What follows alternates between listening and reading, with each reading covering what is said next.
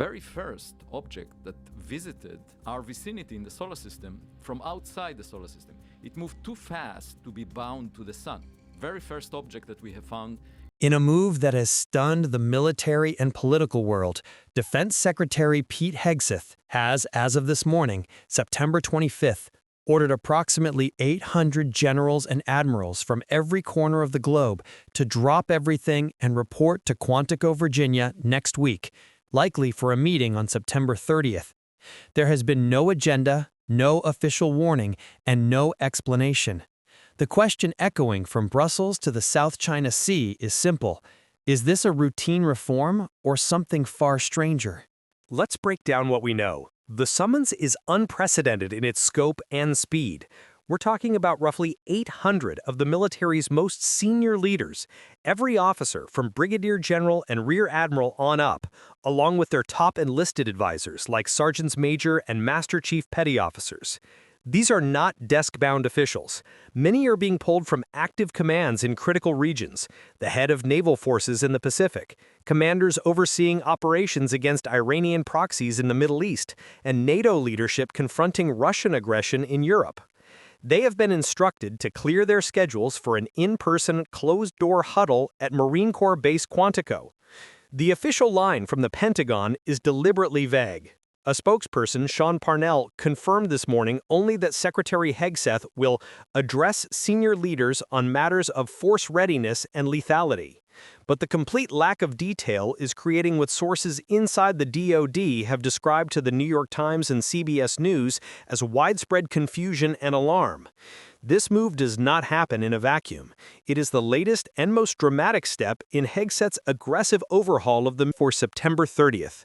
Just 3 days later, on October 3rd, the interstellar comet 3I-ATLS, the massive chemically bizarre object we've been tracking for months, will make its closest pass by the planet Mars, coming within approximately 30 million kilometers.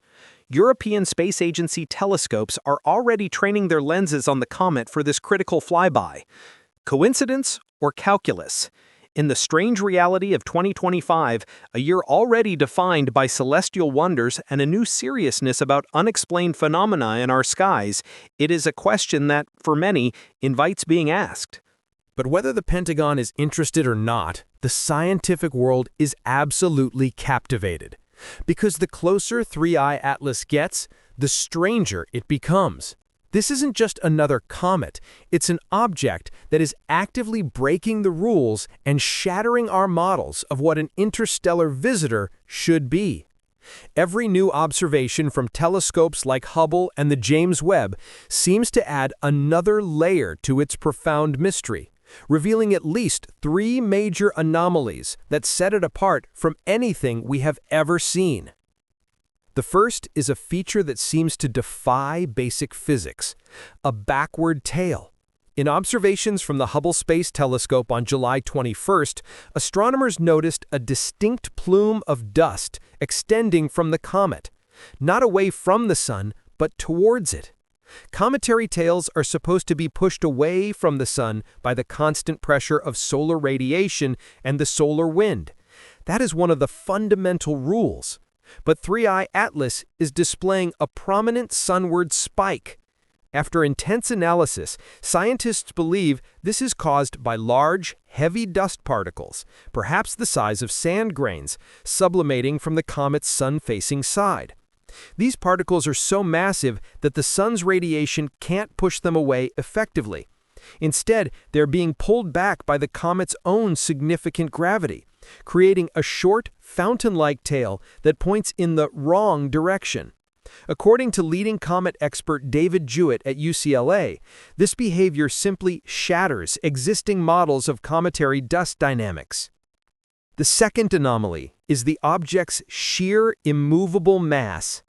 An analysis published just today, September 25th, by Harvard astronomer Avi Loeb, estimates the nucleus of 3I Atlas to be over 33 billion metric tons. At roughly 5 to 6 kilometers in diameter, it is a true cosmic mountain. To put that in perspective, our first interstellar visitor, Oumuamua, was estimated to weigh around 100,000 tons. This makes 3I Atlas more than 330,000 times heavier. But it's not just its weight, it's how it behaves. Comets are famously active. As their ices turn to gas and erupt in jets, they are gently pushed around like a leaky steam kettle.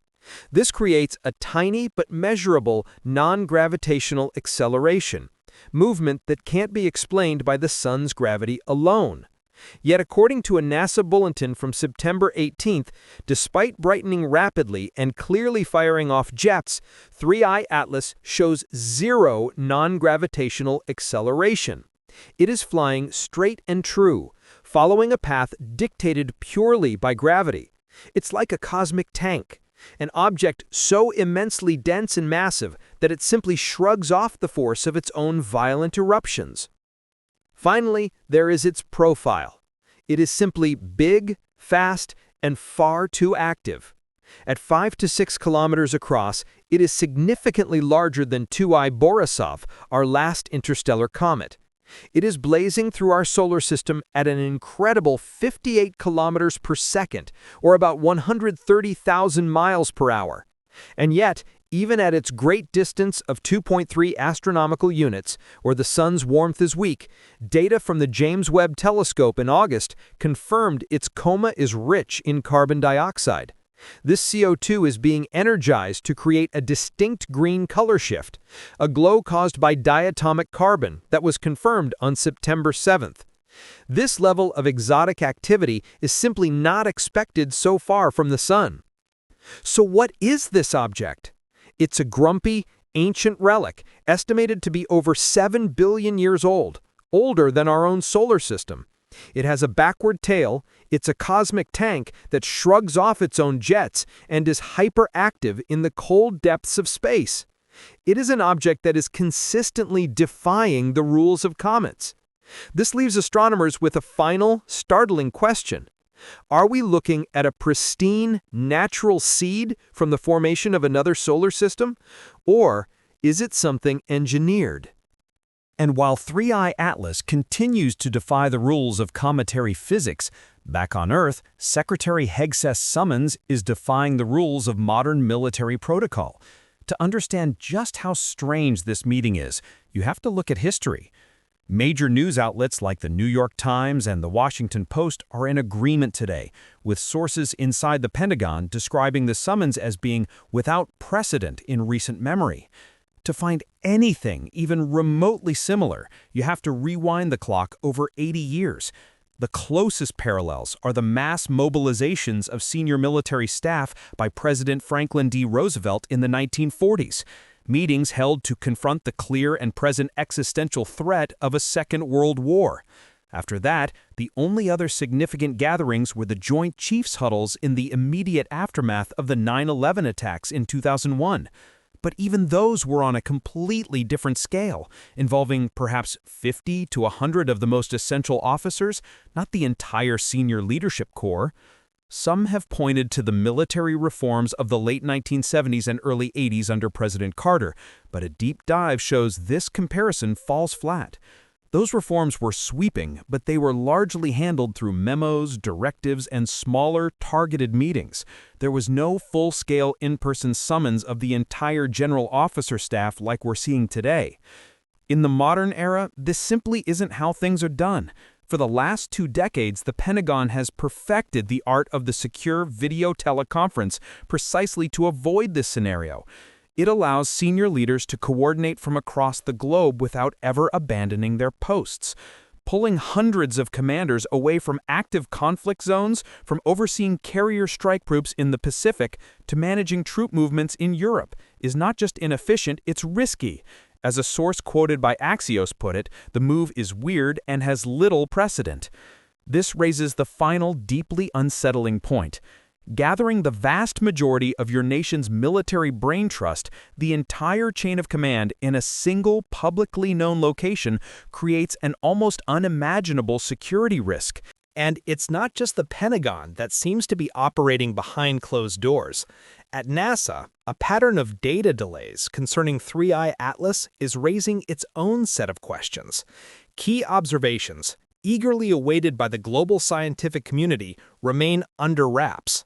Data from the Psyche spacecraft's close flyby of the comet on September 4th, along with crucial observations from the SPHRX and James Webb Space Telescopes in August, are still officially listed as processing for verification. The official statement from NASA Science on September 16th cited the need for careful and rigorous analysis before a full public release. And to be fair, some preliminary findings have appeared in academic preprints on the server archive. This isn't an outright refusal of information, but the lack of a comprehensive data dump, the raw, unfiltered observations, is fueling suspicion. On the same fringe forums questioning the Pentagon summit, reports are now claiming that NASA is deliberately hiding anomalies found in the data.